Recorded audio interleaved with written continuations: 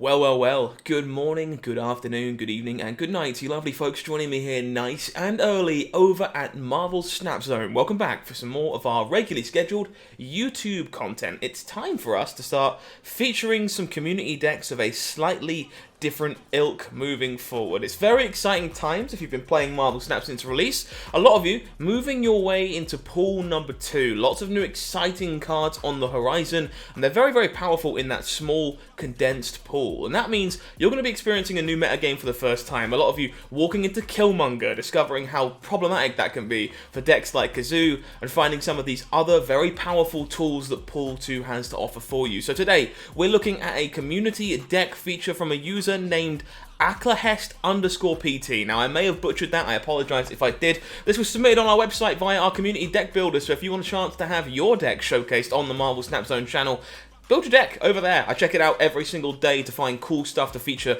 that might be of a benefit to other Marvel Snap players. This one, a anti-meta deck built to kind of leverage yourself against the rest of Pool 2 and have an advantage against the cards you expected to see back in Pool 1 as well. So going to be a great choice for you if you're making your way into Pool 2 as you open some of these cards. As always, folks, you want to see more of this, drop a subscription down in the YouTube box down below for me. Turn on the bell. Notifications, all that wonderful jazz. Make sure you know that we know we're doing a good job and we can see more of you in the future for more Marvel Snap content. Now, with that being said and done, let's take a look at this list from Aclahest. Now, they've actually given us a full written guide to explain their thought process and their rationale for this deck, which is very, very cool. So if you want that, article is in the description. You can check it out. They'll explain every single card they chose to play and the play patterns you can expect to be playing with this deck, which makes it a great one to feature. But for the most part, things that we're kind of looking at doing, we want to be, as I say, kind of quelling the rest of Pool 2 and the decks that come up from Pool 1, denying them the ability to play the game they want to play, playing some great anti-meta tools to take out linchpin cards, things like Devil, Dinosaur, and the Infernaut that we expect to see an awful lot in that kind of pool area. Now, how are we doing that? Well, the big hitters, Shang-Chi. Shang-Chi, a really sweet card for a deck like this if you're looking to take out very large Devil Dinosaurs or looking to take out very large Infernauts. Also good against cards like America Chavez, can be good at like locations like Monster Island. A lot of flexibility to an effect like this, can often win a location all by itself. We're also looking at Enchantress. Enchantress, one of everyone's favourite anti-meta cards right now for a variety of reasons. But of course, the big one in Pool 2, the Devil Dinosaur decks everywhere. Enchantress single-handedly taking care of that ability, ongoing, no more for the Devil Dino. What other anti-meta tools are we looking at exploring here? Well, we've got quite a few actually. Killmonger, of course, mentioned previously in the intro, really good against Kazoo and all these one-drop based aggro decks, going super wide, gets to clear that entire board out. We also get to pair this with Nova ourselves, a card that we don't mind destroying with our Killmonger, which is kind of fantastic one way or the other, give a bonus to our entire board all the way across. The only other one drop in the deck is a copy of Iceman, obviously a bit of a non-bow with our Killmonger, but a very, very powerful one drop that comes to you in pool number 2, denies your opponent the ability to play on curve in a way they wish they could. Rest of the deck here, a lot of on-curve options that we're looking to abuse. Good cards from pool 1 like Angela, see play everywhere, fantastic amounts of stats. Scorpion here, going to take those stats off your opponent's cards by nuking all the cards in their hand down by -1. Scarlet Witch, really good location removal here. If you've got problematic locations that may be an issue for you, or think you're benefiting your opponent a bit more by being in play, Scarlet Witch going to take care of those on your behalf. Lizard is a super interesting inclusion into this deck, a card that I'm not super sure why we're playing, but it does play very, very well with Enchantress to take away this negative ongoing ability and offer you a large amount of stats for just 2 cost of a card, which is great.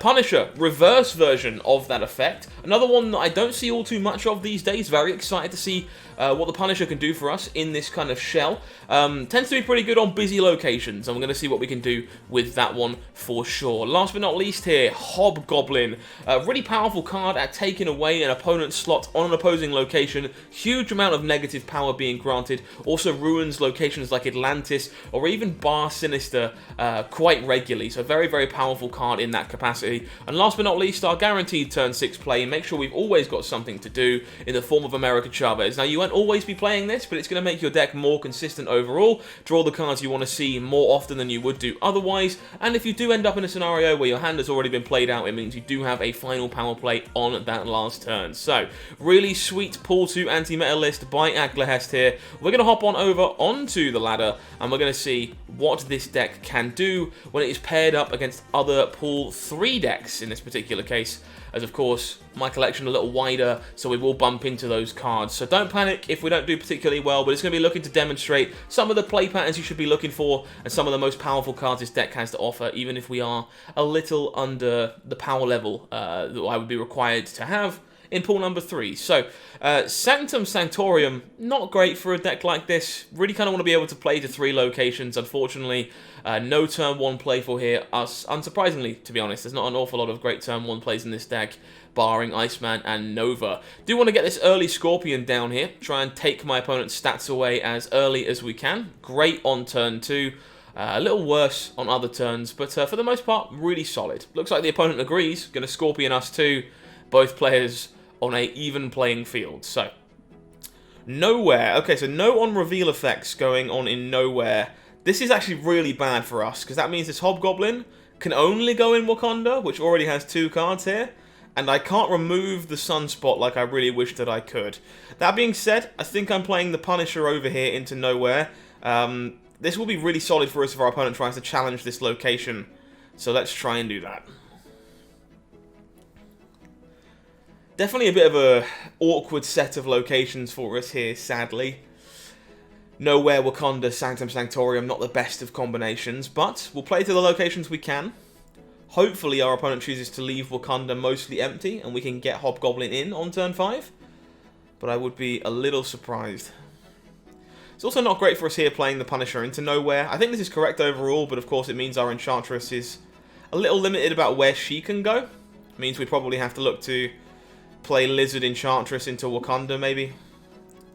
No play from our opponent here. Sunspot just getting juiced. Shang-Chi could be quite powerful, but sadly can't be destroyed in Wakanda. No one reveals in Nowhere, so definitely another awkward one here. I think we are likely looking to just play Enchantress out here, maybe? This is really not great.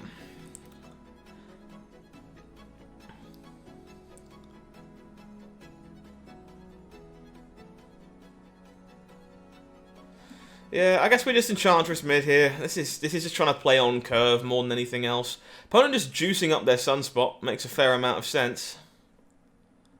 We do find Nova. Okay, so we can trigger this, which is quite nice. I think we are going to look to play...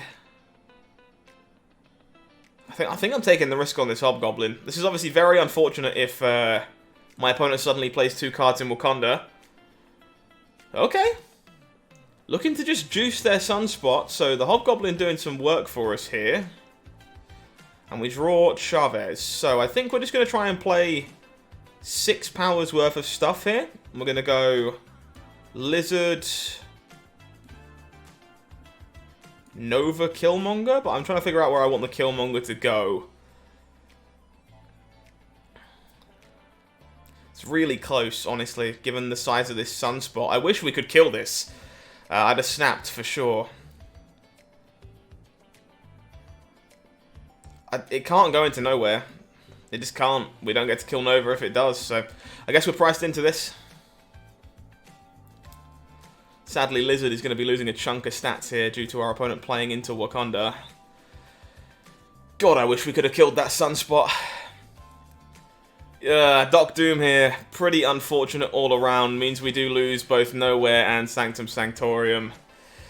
Rough game. Definitely a showcase of the power of Wakanda here. Imagine how lopsided this would have been if we could just Killmonger away this Sunspot. But awkward locations taking our first game away from us. Definitely a bit of a shame. See how we feel in the next one.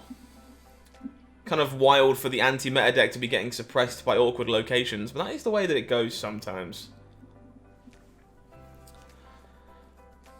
Well, this is a very reasonable start. Elysium very good for a deck like this, because we're not normally playing on turn 1.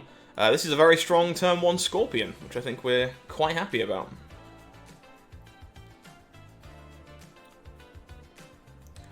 Oh, okay, Karmatage makes me wish I'd saved this just a little bit, but not that much. Pretty sure we're playing out this Punisher here. Question is, where does it go? I think I'm fine building into Elysium for now. No early plays by our opponent. Okay, a little scary. Squirrel to each location. Alright, that's a little rough. Wanted to save space over here in the Elysium. I think I want to clear these squirrels out, actually. Yeah, that seems fine. So let's just... I think this is going to benefit my opponent more than me at this point. So Karmatage can be removed by Scarlet Witch. And I'm going to clear out all these squirrels with Killmonger.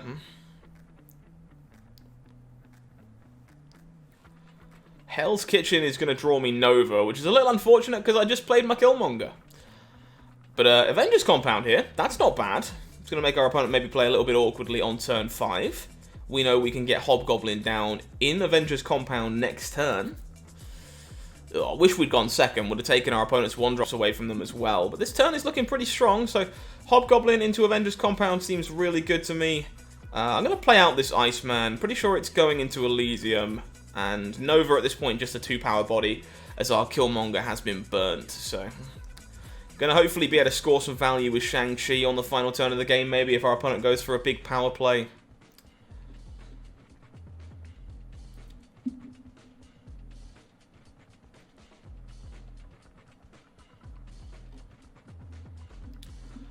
Goodbye, Hobgoblin. Over you go. Really powerful here. Opponent's going to have to play into Avengers Compound next turn, so we can do a good job at locking up this location. Angela. So now the question is whether I just accept Shang-Chi as a body.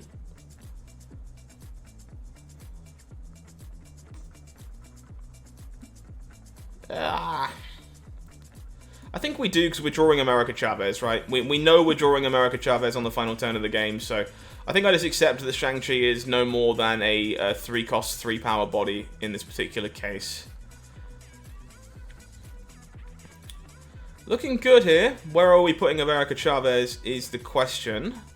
And I think they are just gonna go... I think Avengers Compound we have to assume is locked up, or at least hope is locked up. Blue Marble 3-5 versus 4-8. I think I want to make more of a play for Elysium here with America Chavez. So going to stick them over on the left-hand side and cross our fingers that 2 of these locations stay orange. Big final turn for the opponent. Looks like we might have guessed correctly as they went very heavily on Central Park. No rocket trigger for them is definitely very, very beneficial. Nice. Looks like we just about held out there. Very good stuff here. Shang-Chi kind of not showing its power, but Punisher looking pretty great, honestly. Scorpion looking great. America Chavez looking great. Good showing for the flexibility of a deck like this in the second game of 3. Let's take a look at our third and final one for this video today. Hopefully going to get a positive record with this deck, and maybe, just maybe, we can do something we haven't done yet. Score a Shang-Chi kill would be nice. I always like showing off Shang-Chi being good.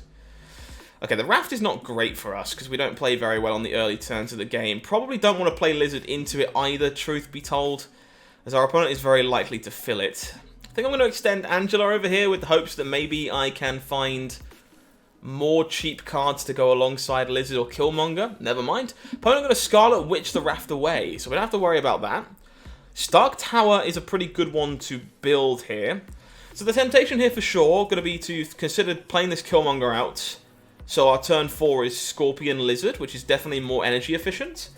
Or we can play one of our 2s and hold this Killmonger in case we draw our Nova, or if our opponent plays more 1-cost cards. And I think I like that better, I think. So I think I'm gonna go Scorpion here, because this gets worse the longer the game goes. I'm just gonna play this into Stark Tower. Try and fill some bodies up over here to get juice on turn 5. Opponent with no play. We draw Enchantress. Yeah, definitely not ideal. Kind of hoped our opponent would make a play, to be completely honest. Think I am just... I think I'm just going to be playing Enchantress as a body here, truth be told. And then look to Killmonger Lizard on 5 or Hobgoblin on 5. I think that's where I'm at. Opponent plays into Stark Tower. With a Jubilee. Okay, Jubilee's a pretty solid one. Magic. Okay, so Stark Tower gone. We have a 7th turn of the game. Strong stuff.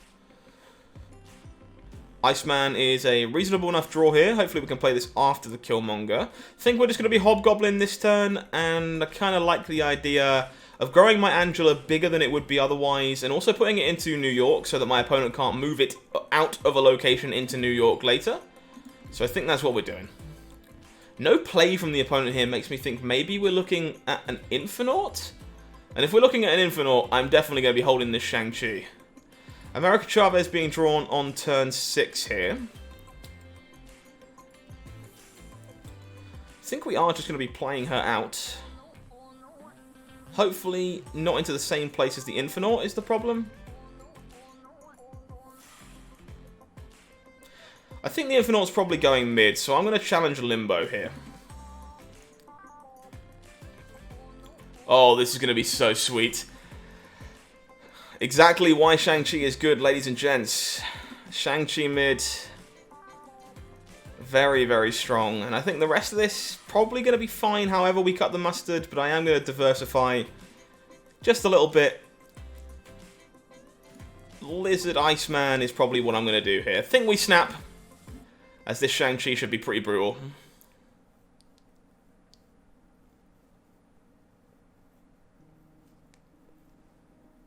You're confident. Snap back, Elvis. Come on. No snap back. Okay. Shang-Chi eats the Infernaut.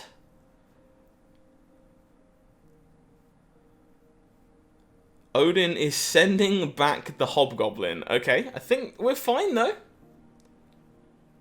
I don't think that changes anything. Bullseye. Picking up 2 wins and a loss with this deck. Getting to show you all the cool stuff you can do. Scarlet Witch was good. Killmonger good. Shang-Chi good. Hobgoblin good. Very cool stuff. And definitely kind of showing you some of the power of location denial and resource denial you gain access to in Pool 2. This is a sweet one. And I think Algehest has definitely built a pretty reasonable anti-meta deck here. As I say, full guide to this is available on our website, so you can go and check out their thought process and rationales for each and every card, and what they like to do with this deck as well. If that's of particular interest to you, that's in the description box down below. Go check it out. Thank you as always for checking out our YouTube content here over at Marvel Snap Zone. It's a pleasure to play these decks with you. If you have enjoyed this content so far, drop us a subscription. I want to see more of you in the future. Help support us in what we do. It doesn't cost you a penny, so press that button for me if you don't mind. But other than that, take care, guys. Hopefully I'll see you more for some more deck techs and content here on the channel very, very soon. I've been HowlingMines. You've been amazing. And I will see you very soon for some more in the way of Marvel Snap.